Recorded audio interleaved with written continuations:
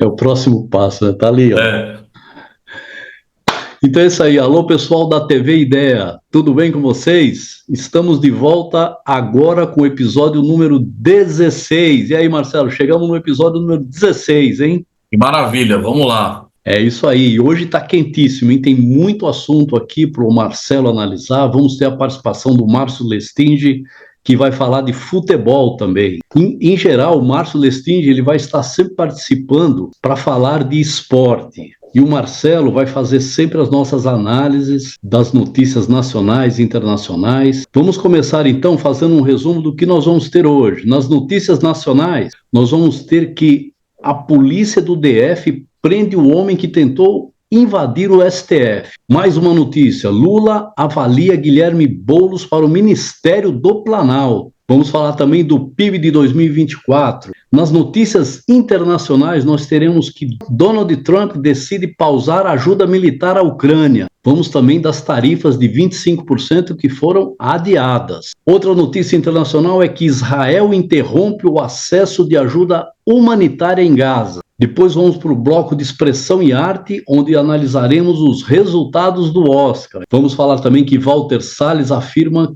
que retorno da democracia e de Lula ao poder permitiram a existência do filme Ainda Estou Aqui. Vamos falar também do filme Sem Chão, no Waterland, que venceu o Oscar de melhor documentário. A outra notícia é que Eduardo Paes anunciou que o imóvel do filme Ainda Estou Aqui vai virar Casa do Cinema Brasileiro. E no Esporte e Cultura, iremos ter análise e os comentários do Márcio Lestinge.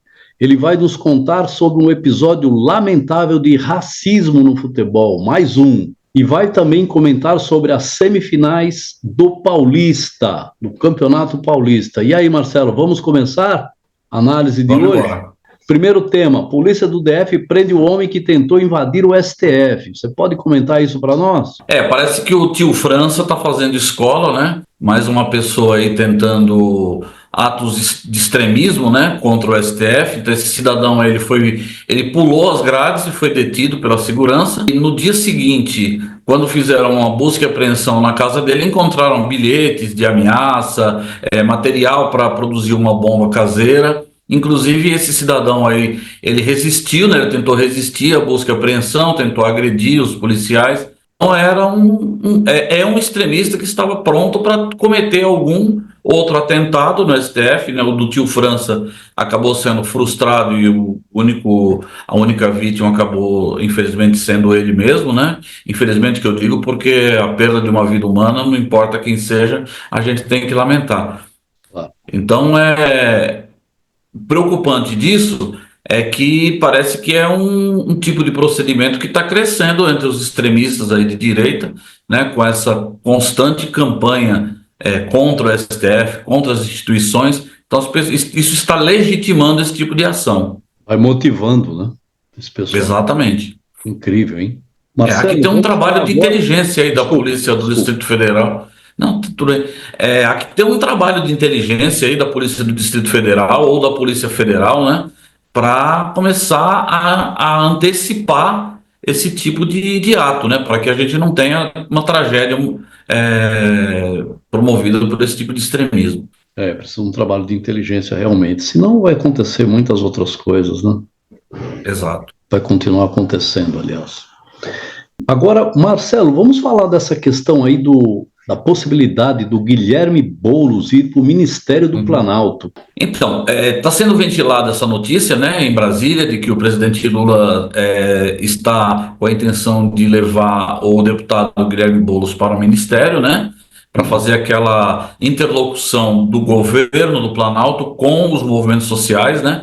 Vamos lembrar que a trajetória do Guilherme Boulos, ela se dá em um movimento social aqui do estado de São Paulo, né, que é o movimento dos trabalhadores sem teto, né? Depois ele entra para a política, acaba o ano passado em 2022, acaba sendo eleito deputado federal com maior votação no estado, né? Tentou mais uma vez a cadeira de prefeito. Então, essa movimentação do presidente Lula mostra, talvez, né, há um entendimento que o governo está tomando um pouquinho mais o rumo da esquerda novamente.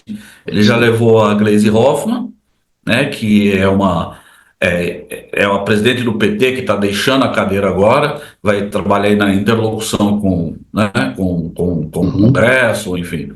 E agora ventila o nome do Guilherme Boulos, que é um nome bastante ligado a movimentos sociais. Então, talvez a intenção do Lula seja também acabar dando um aviso para o Centrão, né? O Centrão que está fazendo uma série de exigências, está dificultando o seu apoio ao Lula.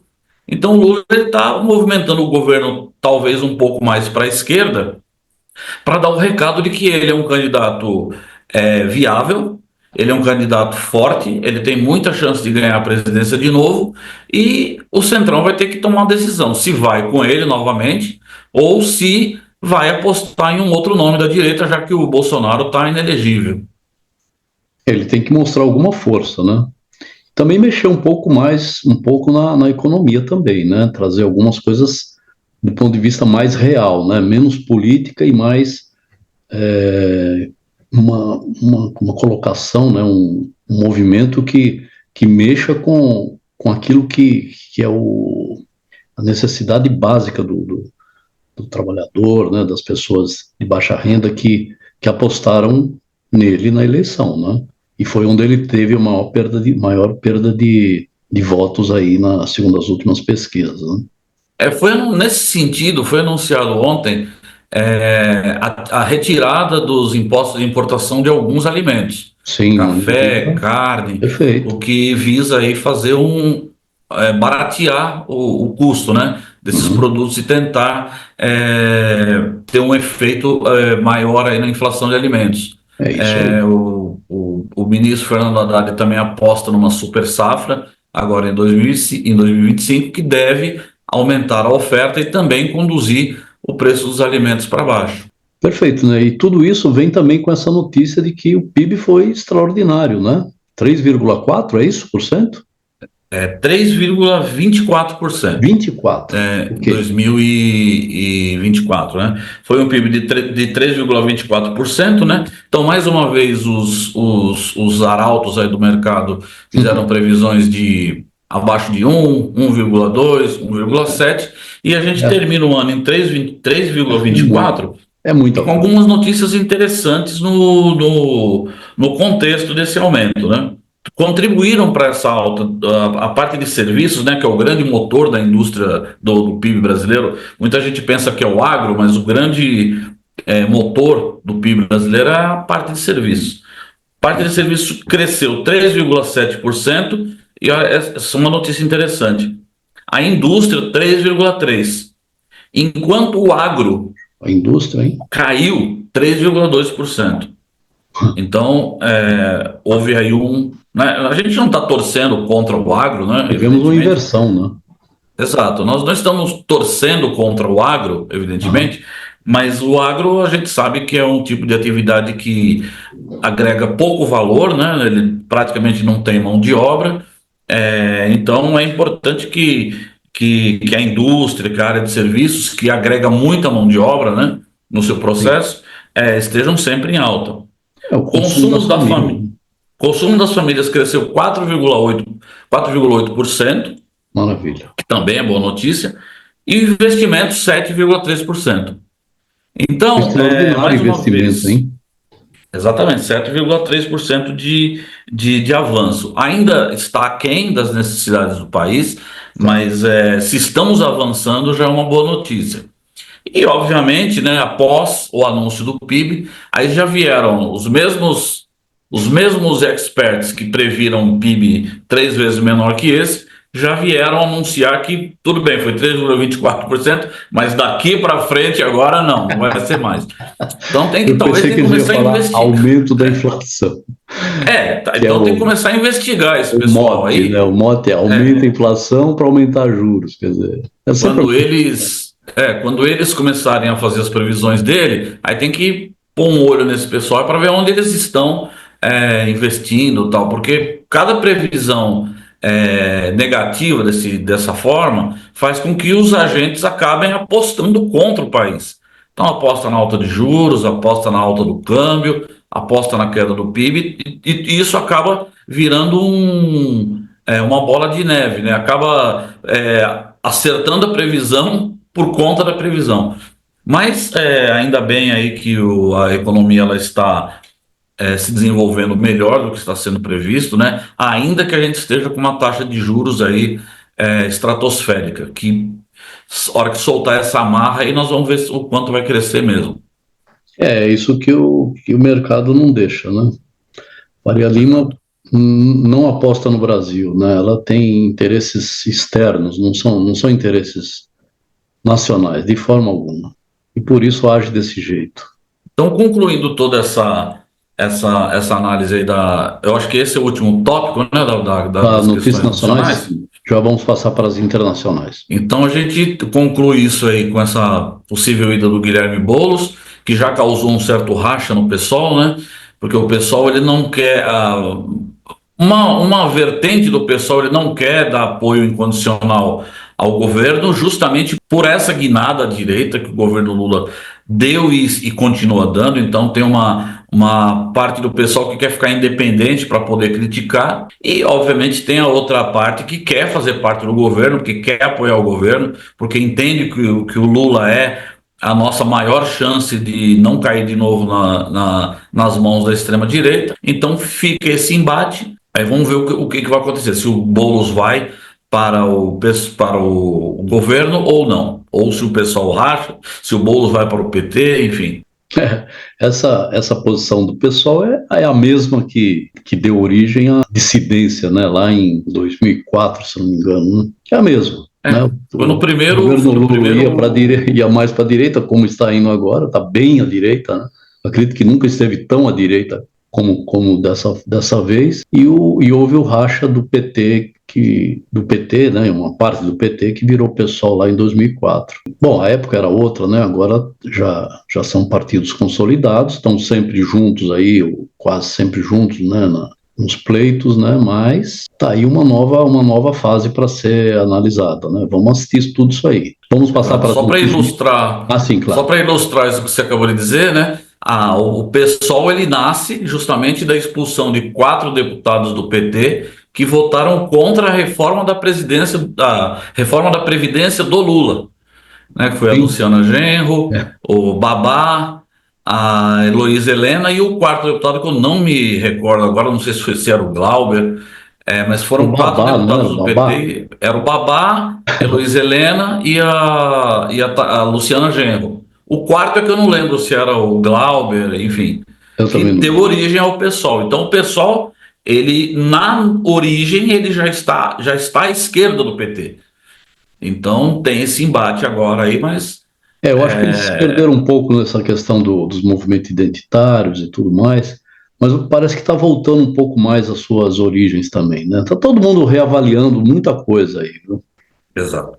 Então vamos passar para as notícias internacionais, e a primeira delas é que o Donald Trump decidiu pausar a ajuda militar à Ucrânia, depois daquele bate-boca e tudo aquilo que aconteceu na Casa Branca. Vem mais essa notícia. Como você analisa Pois para é. nós? Pode Pois começar. é, nessa esteira desse anúncio aí do Donald Trump de pausar a ajuda à Ucrânia, já houve, logo na sequência, agora no final da semana, um ataque massivo da Rússia contra a Ucrânia, com mais de 70 mísseis lançados, um número infinito de drones. E o Donald Trump agora já começa a falar em impor novas sanções à Rússia por conta desse ataque. Mas é um anúncio ali meio tímido, vamos ver, etc. Tem essa questão aí das tarifas que a gente vai ver a seguir. Então Uhum. começa a mostrar que o governo Trump ele já está começando a meter os pés pelas mãos nos anúncios que ele, que Auxiliando. ele, que ele anda fazendo, né?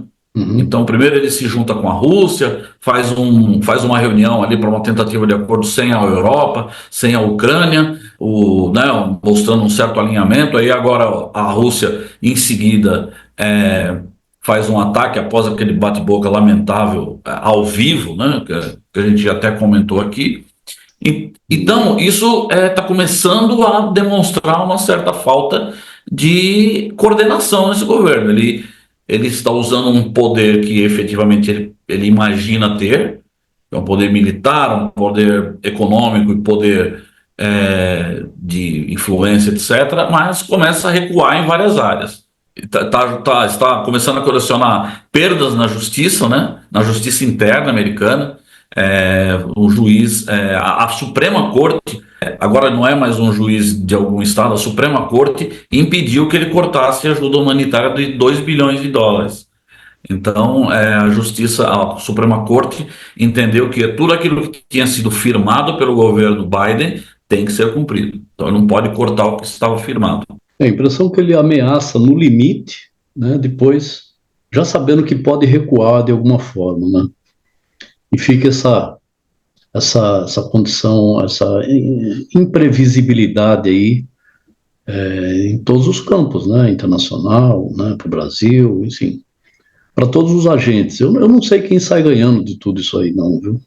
Isso vai causando uma série de incertezas, né? Incertezas globais, incerteza no comércio internacional, incerteza a Europa hoje está em pânico com o possível avanço da Rússia.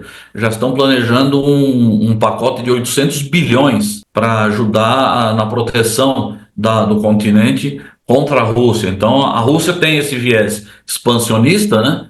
Então, a Europa está colada com eles ali, então há sempre esse temor. Então, toda essa retirada dos Estados Unidos de tudo quanto organismos multilaterais e esse corte de verbas da OTAN, que é o que protege, enfim, os aliados contra a Rússia, né?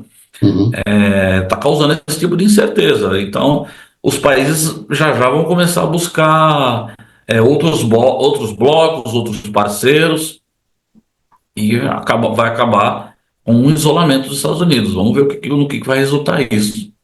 A gente já tem denunciado isso aqui já alguns episódios atrás aí, né? Se a gente for analisar direitinho aqui, dificilmente tem um episódio aqui que a gente não fala das peripécias aí do presidente Trump. E vai continuar, pelo jeito. Bom, então mais uma dele, as tarifas foram adiadas, aquele 25% sobre México, Canadá, etc., adiou. E aí? Mais uma vez adiou porque certamente ele continua querendo negociar de alguma forma, né? Só que, de novo, isso está causando até problemas com um aliado histórico, um vizinho, né? Que é o Canadá. Os canadenses incorporaram um espírito de patriotismo que talvez ninguém teve notícia ainda. Eles estão retirando produtos americanos das prateleiras. Teve um supermercado que mostrou a imagem, eles retirando o uísque americano, tirando tudo que não vão vender mais. Então está causando, exatamente, então está causando um tipo de celeuma com um aliado histórico, um vizinho, que falamos o mesmo idioma, temos costumes parecidos, etc. Até com esse vizinho está causando esse tipo de constrangimento. Imagine com o restante do mundo. Teve um pré-anúncio, né? Exatamente, está falando em anexar. Trata o primeiro-ministro Trudeau como um governador do 51º estado americano. Assim, falta respeito, falta liturgia do cargo, Donald Trump, né? Como diria o nosso querido José Sarney. É verdade. E também esses avisos prévios em tom de ameaça. Foi anunciado para o dia 2 de abril tarifas em produtos agrícolas, né? O que gerou inclusive um descontentamento do Brasil, né? Exatamente, acabou gerando um descontentamento enorme entre os produtores rurais dos Estados Unidos. Porque toda essa movimentação de tarifas nos produtos agrícolas vai acabar o quê? Que os Estados Unidos vão ser retalhados de alguma forma. E sendo retalhados, principalmente na soja, né, que é o grande produto de exportação americano na área agrícola, esse produto ele vai perder mercado justamente para o Brasil. Foi literalmente o que disseram os produtores rurais americanos. Se os Estados Unidos for nesse caminho, o Brasil vai ganhar o nosso mercado. Então, Quer dizer, começa-se, né, não já tem com saída, né? perdas na área judiciária, em Não tem bala de prata, né, descontentamento. Marcelo?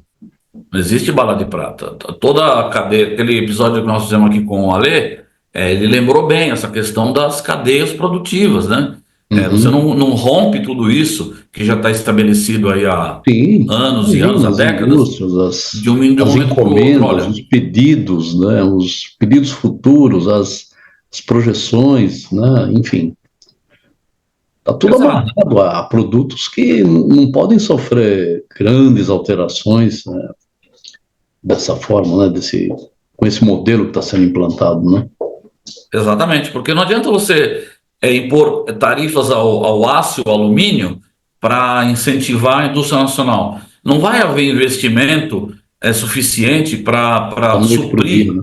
essa necessidade da noite para o dia. Então, uma coisa que é inviável acontecer no curto prazo, enfim. Então, vamos ir de olho na inflação americana. Vamos lembrar que a gente citou aqui em um dos nossos episódios anteriores que já há uma rejeição importante ao Donald Trump.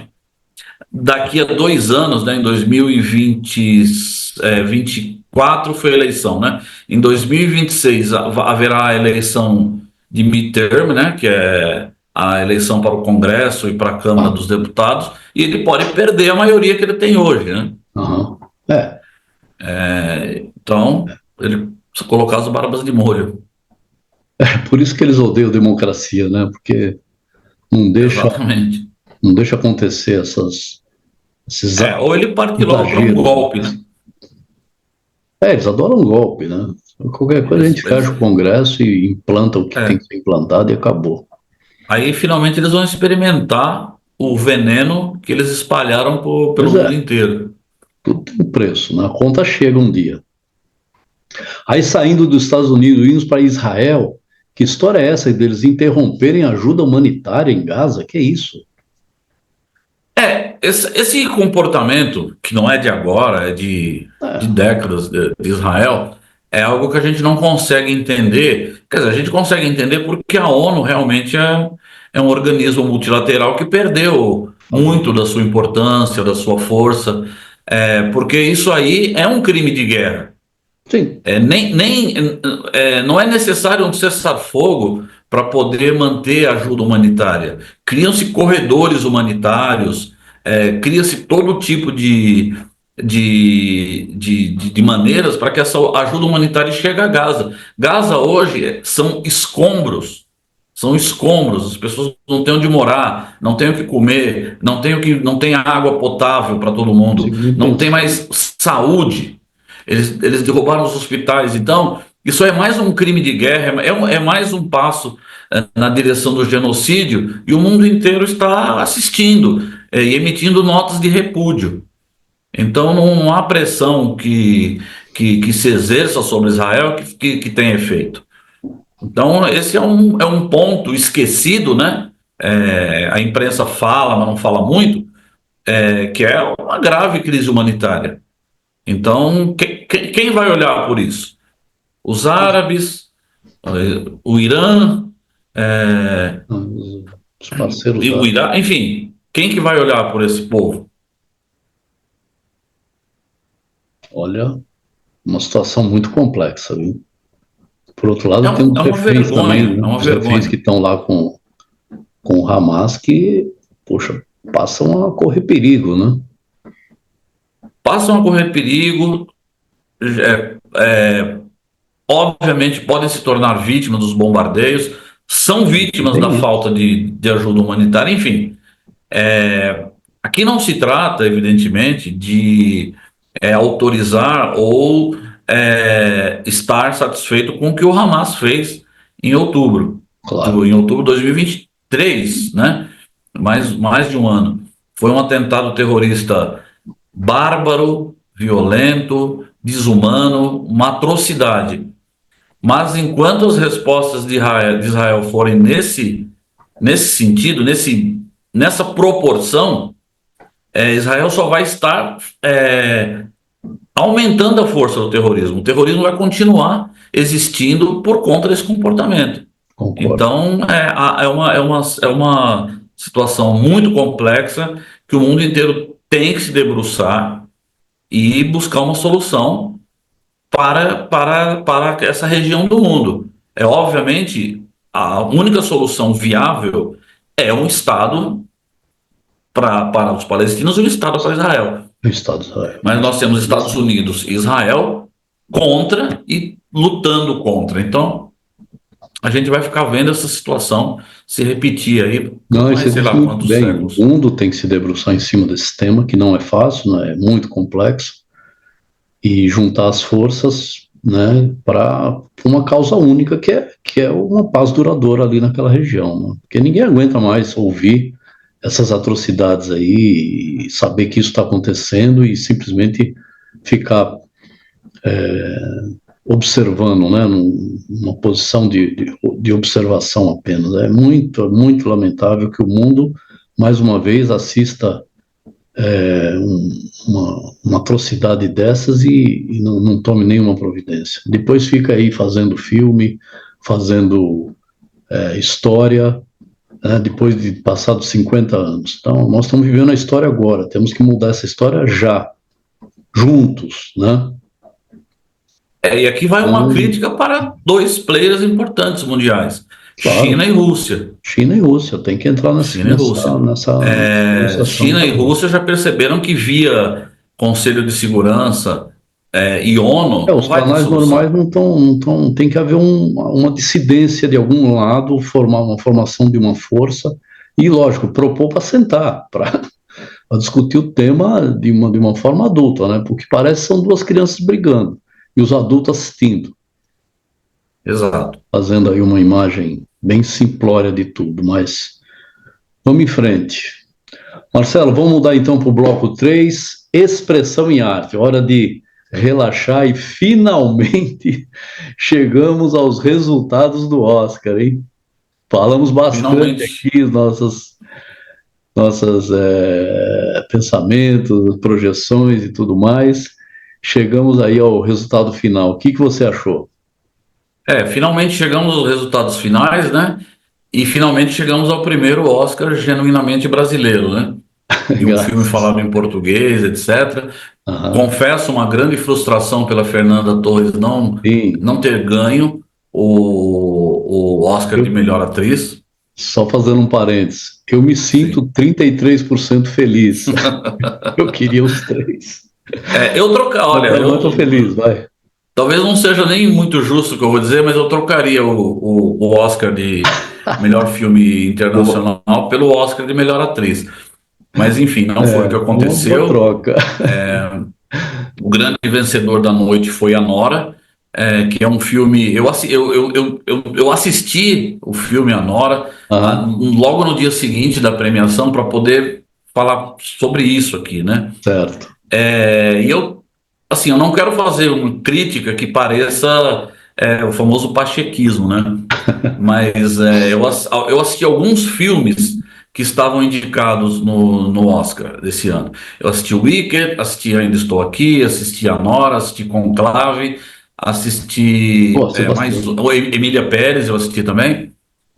E definitivamente, desses filmes que eu assisti, eu acho que Conclave é, tinha muito mais consistência para ser o melhor filme. Eu Tá. não assisti, por exemplo, o Brutalista, que também era cotado. Estou me preparando para assistir, porque é um filme de 3 horas e 40, né? Então preciso me preparar para assistir esse filme. Tem que estar preparado. Só que A Nora, eu achei um filme que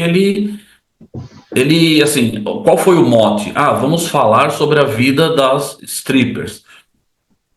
É um filme que, bom, deixa aquele disclaimer, né? Tem bastante spoiler aqui.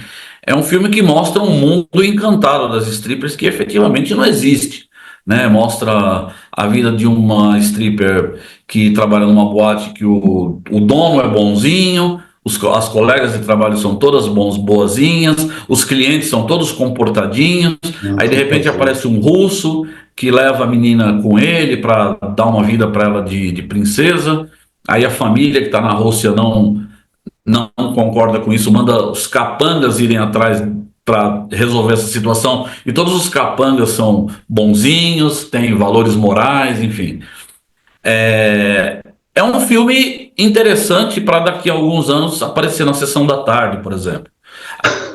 Bom, apesar de que não por causa das cenas de sexo, né? Os primeiros 35 minutos ele é muito intenso em cenas de sexo, Ah, pelo, né? e até o apresentador do Oscar fez uma brincadeira, né? Que eles falam palavrão 479 vezes durante o filme. É Nossa. muito palavrão mesmo, inteirinho. E concluir essa parte de Anora em relação à atriz que ganhou o Oscar. Ela fez um bom papel, ela trabalhou bem. A gente tem que saber que a Mike Madison ela não apareceu hoje, ela já trabalhou, apesar dos 25 anos, ela já trabalhou em pelo menos uma dezena de filmes, não tão bem sucedidos como esse, mas trabalhou. Ela fez a participação dela foi excelente. Eu costumo avaliar, eu não sou crítico de cinema, mas eu sou um curioso, né? Eu costumo avaliar bastante quando a protagonista pega o protagonismo para ela. Então, nesse sentido, ela deixou dúvidas de que ela era a protagonista do filme. É o que já eu não vi, por exemplo, a Zoe Saldanha, que foi Oscar de melhor atriz coadjuvante, ela divide o mesmo com a Carla Sofia Gascon. Então, nesse sentido, eu acho que realmente a Carla Sofia não merecia e Fernanda merecia. Voltando a Mike, ela fez um bom papel, mas o papel dela não tem a idade que teve a Fernanda. Ela se comunica com olhares, com movimentos faciais, com um andar, e obviamente com a fala, né? Mas há uma profundidade muito grande na atuação dela contra uma atuação mas enfim, o resultado está aí, e a gente tem que aceitar. Então, nessa linha aí do pachequismo, como você gosta sempre de falar, eu gostaria de colocar que eu acho que foi marmelada, viu? Olha, vou te falar, muitos, muitos e muitos anos eu não vi o Oscar. A cerimônia, né? E abriu uma exceção, claro, né? Esse ano abriu porque a gente estava participando, enfim. Mas eu acho que eu vou voltar a não assistir mais. Eu acho que, sabe, tem um ingrediente ali que eu não consigo avaliar como tudo bem, é óbvio, existe a subjetividade, né, de se analisar quem é o melhor filme. Quer dizer, como é que você mede isso? O melhor, né? Depois você fala que é melhor, você começa a achar um monte de, de justificativas para dizer que é o melhor. Sei lá. Enfim, é um aspecto subjetivo que está envolvido. E, obviamente, tem a parte comercial. Se a gente for entrar nesse mérito, nós vamos desqualificar também o Oscar que nós ganhamos, tá certo? Mas, de qualquer forma, se você analisa, eu assisti, né? Eu vim no avião e vi o Anora e vi a participação dela, achei razoável, mas, olha, como você fala, sem pachequismo, é incomparável, né? Incomparável, né? A atuação da Fernanda, da Mike aí. Mas, sei lá, tá feito, vamos para frente. Eu acho que agora ela vai ter a oportunidade também de participar, de ser chamada aí por outros diretores, né? Acho que teve uma exposição muito grande dela em todos os cenários aí, e eu acredito que ela ainda vai beliscar esse Oscar para nós aí de melhor atriz, em algum momento da vida aí. Tem muito chão ainda pela frente. Vamos torcer, né? Exatamente, e ela tem muita Mas qualidade, certamente né?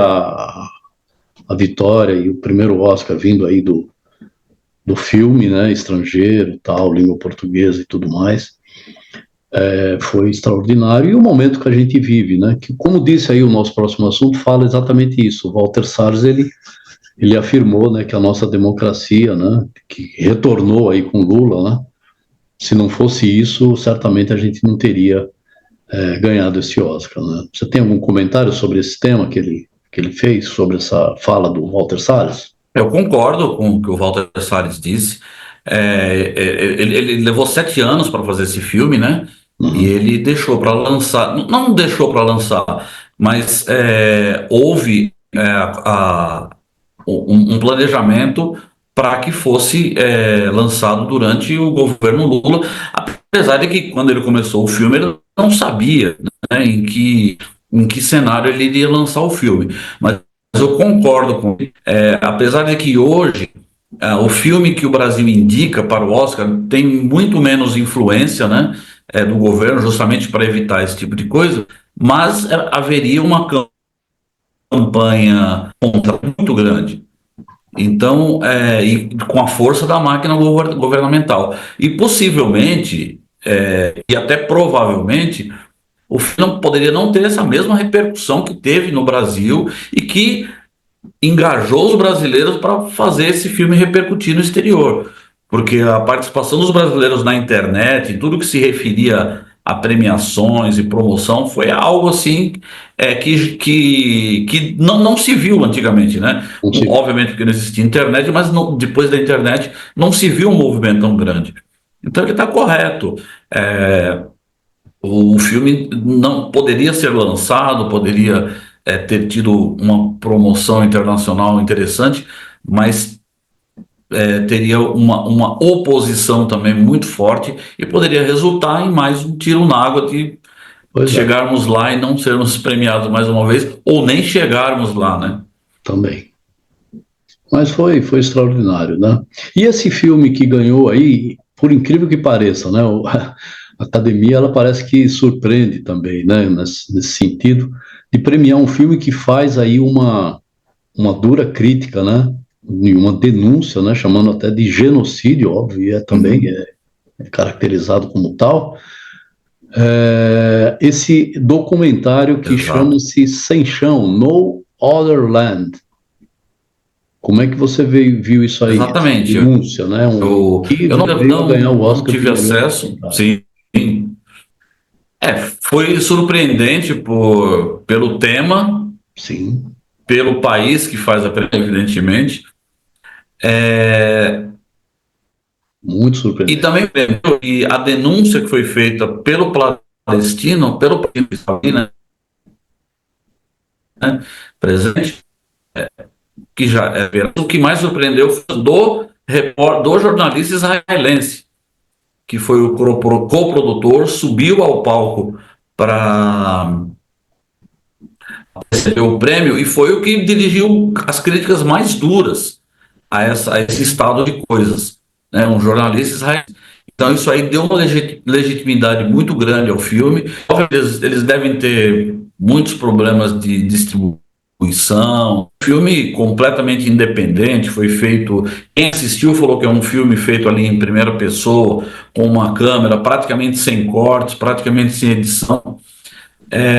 Foi importante, eu espero que esse filme repercuta, né, a partir do Oscar. Ele estreia no Brasil agora em março. Eu não tive a oportunidade de assistir, mas estou esperando aparecer, assistir esse filme.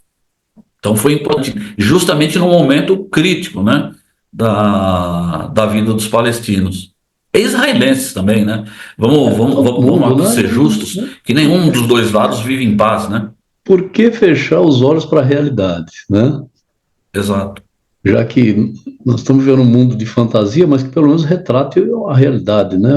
É a arte, né? Nós estamos usando, a arte está sendo utilizada, né? No cinema, no teatro, seja o que for, para denunciar o que está acontecendo no nosso momento, no momento que nós estamos vivendo, e é real, não tem fantasia, é real, todo mundo vê, tem as imagens aí, tem tudo, tudo está aí.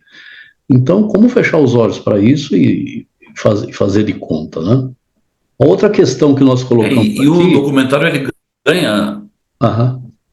O documentário, ele ganha muita legitimidade a partir do momento que é a narração de um palestino, mas tem a narração de um israelense também. Então é muito importante frisar isso. Um jornalista israelense está ali denunciando. E ainda sobre o filme Ainda Estou Aqui, o Eduardo Paes parece que anuncia que o imóvel, né, vai ser desapropriado e vai virar casa do cinema brasileiro. Que bom, hein? Olha, eu achei sensacional essa intenção, essa medida. Vamos lá, o Eduardo Paes ele é um cara espetacular, né? Espetacular no sentido de tomar ações que geram espetáculo, né? Verdade. Mas ele aproveitou um excelente momento, né?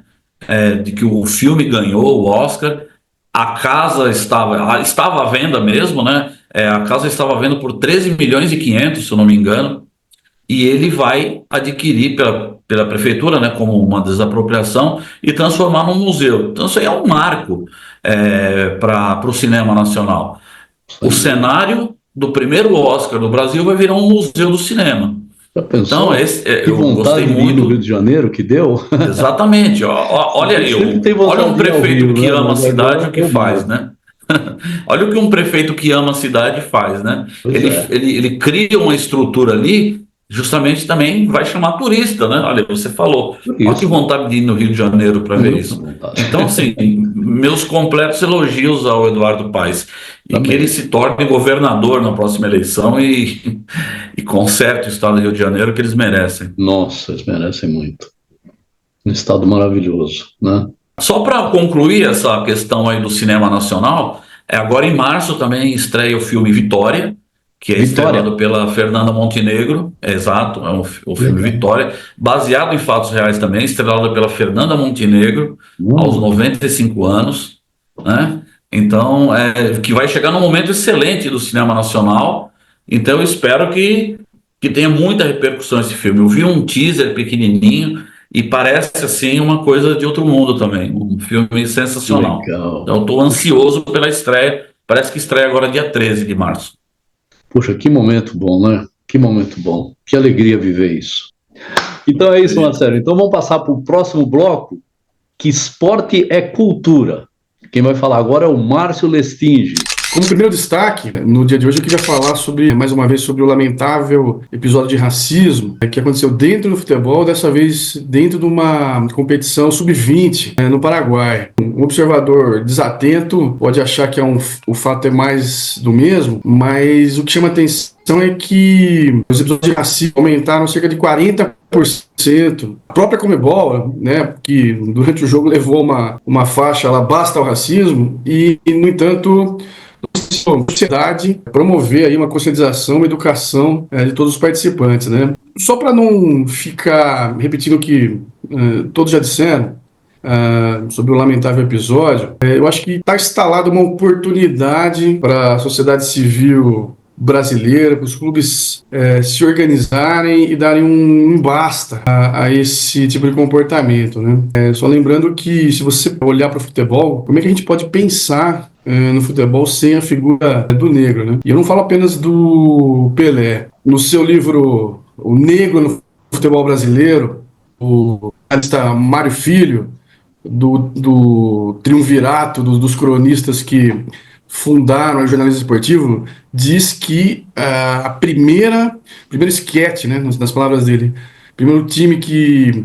foi campeão com o negro foi a seleção brasileira de 1919, que ganha a Copa América com um gol do Arthur Friedenreich, El Tigre, o primeiro craque do futebol brasileiro, que era um mulato, filho de pai alemão e de mãe negra. O Friedenreich passa o bastão na dinastia do futebol brasileiro para o Leônidas, que é o artilheiro da Copa de 38. Leônidas, o Diamante Negro, imortalizado no chocolate da Lacta, mas também como o cara que patenteou o gol de bicicleta. Leônidas da Silva, que passou o bastão para o Zizinho, o maior craque da história do futebol brasileiro antes do Pelé, que passou o bastão para o Didi, o Príncipe Etíope, talvez o maior meia-direita da história do universo, até chegar no Pelé. Então, essa breve timeline é só para explicar, é tão absurdo o que se vê, né? Essa barreira, vamos dizer assim, indireta, né? Essa tentativa mesquinha de resistir ao melhor futebol brasileiro. E se vocês observarem, é a mesma coisa que acontece no Real Madrid, né? O Real Madrid tem um poder econômico e esportivo tão massacrante na Espanha que a única forma encontrada foi a barreira do racismo, né? Justamente em países que não criminalizam a conduta, né? Então, para não se estender mais, acredito que todos aqui condenem o ato e acho que está instalada uma oportunidade dos clubes se unirem e darem um basta, né? Ontem a presidente Leila Pereira do Palmeiras disse que vai até as últimas instâncias e consequências para defender o jogador, e eu acredito que precisou chegar uma mulher, né? É curioso isso num meio tão seleto, para ter uma atitude mais firme. Então, espero que se estabeleça e que os clubes se unam para dar um basta, né? Para que a gente possa ver mais futebol, menos hipocrisia e atitudes sectárias, discriminatórias como essa, né? Perfeito, De Marcelo. fato, é uma situação lamentável, né? Quem viu, quem assistiu, né? Até o menino, Luigi, ele, ao final do jogo, ele foi perguntado pelo repórter paraguaio sobre a, a vitória do Palmeiras e ele entrou em desespero, né? É sério, vocês vão me perguntar, vocês não vão falar a respeito do ato de racismo que eu sofri, caiu no choro. Então ficou ali uma imagem muito marcante, como a gente estava falando aqui em off, né, Márcio? O problema também está instalado porque nesses outros países não existe uma lei antirracismo, né, como existe no nosso país. Então a saída é essa mesmo, são os clubes se unirem e de fato pressionarem a Conmebol para que comece a tomar atitudes efetivas, né? Não adianta mais faixinha de repúdio, não adianta mais nota na rede social repudiando o racismo, se não tiver nenhuma atitude de consequência, né? Contra os clubes em que a torcida pratica esse tipo de ato. Exatamente. Em complemento, né, eu também acho que também chegou a hora da CBF, das autoridades, se elas entendem que realmente o fato cultural brasileiro que se estabeleça como um dos princípios basilares aí a luta inesgotável aí contra o racismo, né? Não é só também uma questão de lutar para criminalizar, é para passar a mensagem mesmo de que isso é inaceitável e que nós não vamos pactuar com qualquer tentativa de remediar, né? Saindo um pouco do futebol, por exemplo, como é que você pode olhar para o basquete americano sem a figura do negro? Impossível. Assim, simplesmente, nós estamos falando talvez dos dois esportes mais populares do planeta em que não existe. Não dá para imaginar os Qualquer dois esportes sem a atividade, figura do né? negro, né? Qualquer atividade, Sim, eu só estou pegando os dois exemplos mais populares para claro. realmente. Eu não consigo imaginar. Nós sabemos que a sociedade americana é uma sociedade racista, mas eu não consigo imaginar uma tentativa de impedir que o negro participe. Então nós temos que também assumir uma posição antirracista aqui, como para defender mesmo o patrimônio cultural brasileiro, né? É isso aí. E agora vamos passar para o próximo tema, então, Márcio? O que eu acho interessante falar do Campeonato Paulista, eu acredito que todos nós, em algum dia, quando começamos a ver futebol, começamos pelos estaduais, né? Os estaduais, eles ainda estão vivos e estão presentes, ainda resistem aí à falta de espaço no calendário, porque o estadual cria uma situação que é a condição necessária para o futebol existir, que é você poder ir de manhã, ir na padaria e poder tirar um sarro ou aguentar as gozações do rival próximo, né? Bons tempos. Isso que fez o futebol ser incorporado à sociedade durante muitos anos. E pela primeira vez depois de alguns anos, os quatro grandes estão presentes, né? Ah, o que se espera, né, desses embates, né? É um pouco difícil dizer porque, tirando o Palmeiras, que já declarou que o Campeonato Paulista não é prioridade nesse momento, quase foi eliminado por conta disso, né? Os outros clubes não podem se dar ao luxo de abrir mão, né? Talvez seja a única conquista conquista possível. Não. Se você fizer vamos pegar o São Paulo, se fizer um retrospecto recente, São Paulo campeão da Copa do Brasil de 23, São Paulo nos últimos 15 anos ganhou apenas 2 títulos e não se vê nenhuma movimentação no elenco, no clube, que faça esperar algo mais dele no ano, né? A vantagem para o São Paulo nesse momento apenas é que se ele conseguir passar até a final, vai poder se preparar para o jogo decisivo sem nenhuma outra competição no meio.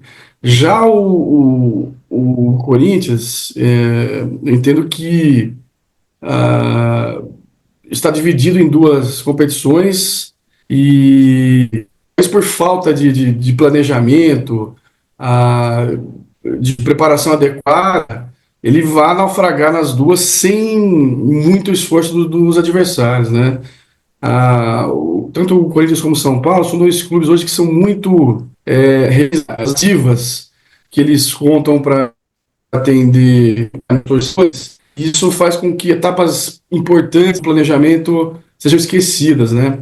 Por que eu estou dizendo isso? Porque, dado o nível de profissionalismo que existe hoje, não dá para você passar uma etapa inicial de remontagem do elenco para a etapa mais avançada de alta performance e autogestão do dia para a noite, né?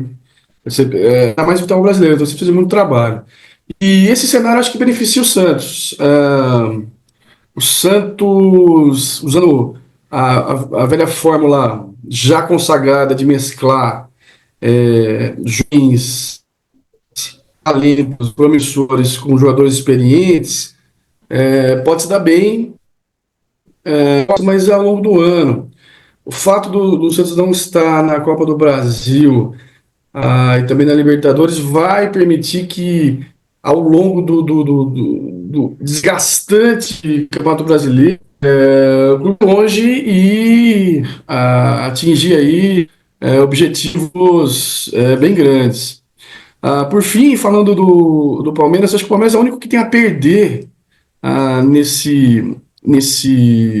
semifinais, mas isso são coisas do futebol, né? Pelo fato de ser o atual tricampeão paulista, de defender aí os 3 títulos, acho que o clube tem a obrigação de se impor e usar não só o favoritismo teórico, mas levar a campo e conseguir os melhores resultados. Claro que o jogo de futebol não é uma lógica cartesiana, mas dentro daquilo que é possível que o clube faça, usar os melhores jogadores, se preparar adequadamente, jogar um futebol que seja melhor que o adversário, eu acho que é obrigação do Palmeiras. E, por fim, eu acho que uma reflexão importante que a gente precisa fazer são mais um mal necessário, né? Os estaduais que eles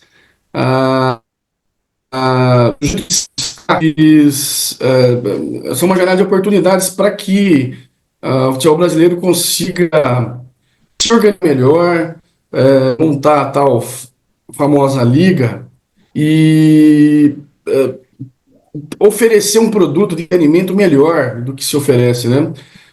Claro que existem barreiras políticas, especialmente a questão do calendário. Como é que você vai conseguir os dirigentes, por exemplo, o número de jogos em um quarto, para que o produto do futebol seja melhor, é bem complicado, mas eu também acho que tem uma janela de oportunidade aí, e a depender de quem que vai liderar, quem que vai conseguir aglutinar, né? E por fim, só para falar do futebol em si, o Santos, depois que perdeu o clássico com o Corinthians, o time está jogando melhor futebol. São 10 partidas de invencibilidade, pouco a pouco o Neymar está recuperando sua forma, e eu acho que nesse embate contra o Corinthians, mesmo sendo Itaquera, vai ser a oportunidade que o Santos tem de subir um degrauzinho a mais aí. você vai ter que, como estratégia de jogo, né? O Santos vai pegar um time que vai ter que se expor e vai deixar um buraco lá atrás com uma defesa fraca. Do lado do outro do jogo, o choque rei, o São Paulo vai ser o fiel da balança, né? Se o São Paulo se expor se lançar ao ataque, acredito que o jogo fique mais fácil para o Palmeiras. Mas se o São Paulo jogar com medo, como tem jogado todas as partidas, atrás da linha da bola, fazendo gente jogo desde o começo, não dá para prever, porque não vai ter futebol e aí o jogo vai ser decidido ou numa bola parada ou nos pênaltis, né? Então, em resumo, são essas as observações que eu quero compartilhar com vocês. Só utilizando aí a reflexão que você nos provocou aqui, né? Eu acho que a existência, enfim, há que se ter uma melhor organização, etc., mas no momento, né, os estaduais, eles são a única forma de sobrevivência dos times pequenos, né, do interior. Então vamos pensar aí no Guarani, da Inter de Limeira, na Ponte Preta, no Botafogo de Ribeirão Preto, enfim. O Brasil é um país de dimensões continentais e esses times participarem apenas de competições nacionais é um custo elevadíssimo, né, de deslocamento. Então, tem que haver aí alguma fórmula, de fato, para que esses times eles sobrevivam, mas que também os estaduais não afetem tanto o calendário anual, como afeta hoje. E só fazendo uma colocação também, só um minutinho, Márcio, nessa mesma esteira do Marcelo, concordo 100%.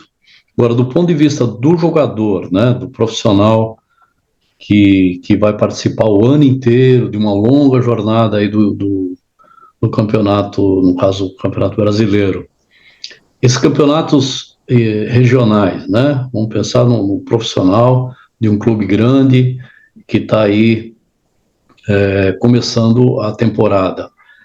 Do ponto de vista desse jogador, isso não é um desgaste muito elevado e também uma possibilidade dele se machucar, de acontecer alguma coisa nesses campeonatos, vamos dizer assim, entre aspas, menores, né?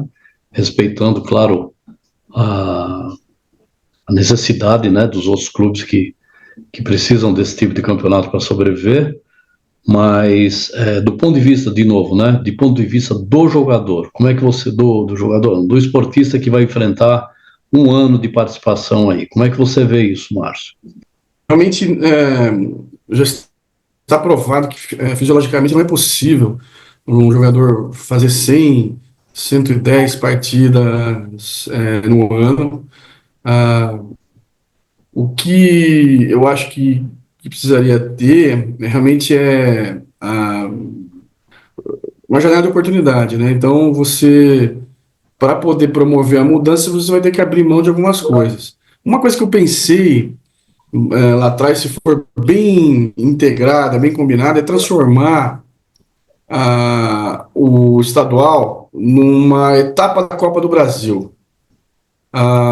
Você imagina, se você pegar Mojimirim, Inter de Limeira, Ponte Preta, Guarani, e promover um grande, sei lá, Paulistão, em não só 2, 3 meses, mas dure 10, 8, 10 meses, de forma que, sei lá, no final do ano, em jogos semifinais, mata-mata disso, talvez só ida e volta, você encontre os grandes, você dê para as equipes e você consiga até respeitadas as regras vigentes da política, né? Que faz com que a F divida o bolo com as federações, que você, transferindo para as federações, levando os clubes pequenos até o segundo semestre, você dê calendário, tudo se organize e você também resolva o problema dos jogadores principais não jogarem os primeiros meses do ano. Se você tiver 2 meses de pré-temporada, férias, e você começar o Campeonato Brasileiro em março, só jogando aos domingos, a gente tem condição de oferecer um produto melhor, né? Especialmente nesse momento que você tem poucos jogadores extra-classe, mas estaria preservando, né? Então é um desafio logístico, matemático aí, mas e político é possível. É só sentar e conversar, né? É isso aí, precisa se debruçar em cima, né? Incluindo os jogadores também, né? Incluir os jogadores, incluir a comunicação, que realmente, né? também vivem disso, né? Patrocinadores, enfim, não é uma tarefa simples, já é vamos dizer assim, um patrimônio já consagrado, né? Dentro do futebol brasileiro, né? No formato do futebol brasileiro. E a gente fica aqui na torcida O para meu que a corretor gente tenha sempre agora. um campeonato É, melhor, né? Com participação é. de todos os clubes, dos profissionais envolvidos, enfim. E que esses profissionais tenham condição de expor o seu melhor futebol. Não fique aí exposto à ganância aí de patrocinadores, meios de comunicação, né? E agora com essas bets, né? Com essas outras formatos aí que inventaram no futebol, a coisa fica lamentável. Eu acho que, sabe, é um excesso de jogo, é um excesso de exposição do profissional, e eu acho que isso, todo mundo sai perdendo. Então, se todo mundo sentar, na minha opinião, claro, se todo mundo sentasse e verificasse aí outras formas, né, de emancipar o futebol e até da formação dos nossos craques, né, da preparação para a seleção brasileira, enfim, olha, envolveria muitos assuntos aí que poderiam ser debatidos nessa mesma mesa, né? Mas concordo, é um patrimônio, já faz parte, os clubes pequenos precisariam se adaptar.